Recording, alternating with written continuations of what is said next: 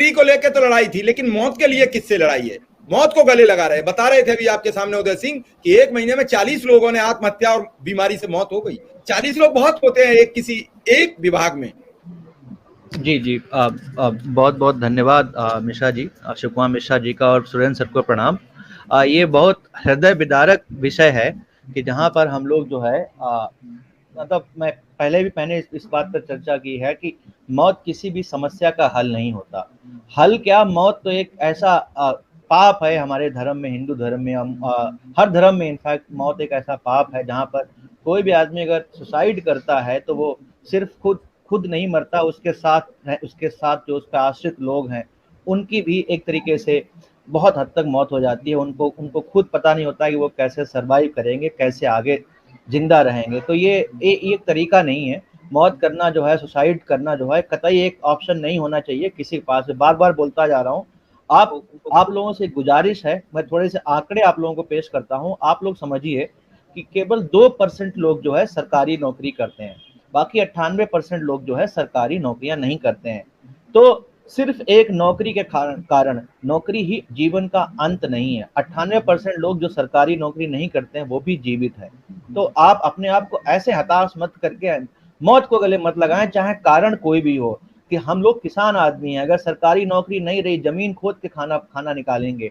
हर तरीके से सर्वाइवल जो है, हमेशा से जीवन में सर्वाइव करना सबसे इंपॉर्टेंट है। अगर आप जिंदा रहोगे तभी आपके आश्रित लोग जो है कुछ जिंदगी में कर पाएंगे। नहीं तो आप सोचो कि उन जो आप पे आश्रित लोग हैं उनके मन में क्या भावनाएं बैठेंगी कि, और आगे जाकर कि क्या गारंटी है कि आपसे वो इस तरीके से इंस्पायर नहीं होंगे कि अच्छा, हमारे परिवार में जब कोई समस्या आई तो हमारे फला आदमी ने आत्महत्या का रास्ता चुना था, हम भविष्य में ऐसा रास्ता क्यों ना चुने। तो बहुत बहुत आप सोच समझ के करिए कि जो आप करने वाले हो, एक तो उससे आपके परिवार को बहुत दिक्कत होगी, और आपके परिवार के, आपके बच्चे, आप पे आश्रित भविष्य में ये कदम भी आपसे सीख के उठा सकते हैं।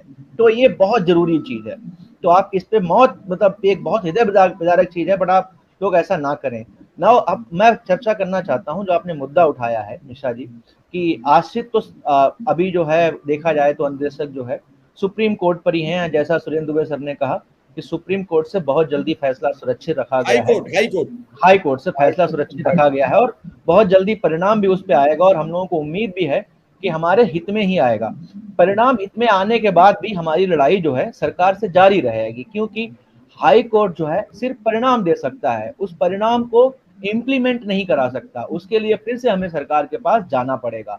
और मुझे जो लगता है ना शिव कुमार मिश्रा जी, ये एक फंडामेंटल प्रॉब्लम है सरकार की। ये सिर्फ अन्वेषकों की प्रॉब्लम नहीं है। हमारे देश में जो एवरेज मिनिमम वेज होती है, जो बेसिकली एक सैलरी होती है एक किसी भी वर्कर की, वो बहुत कम है, बहुत कम है। तुलनात्मक अगर हमारे जो पड़ोसी, हमारे जो ऐसे देश जो भारत के समकक्ष आते हैं विकास में, जैसे ब्राजील हुआ, यहाँ तक कि ईरान, इराक, इन सब में भी जो है हमारे भारत से ज्यादा मिनिमम सैलरी है।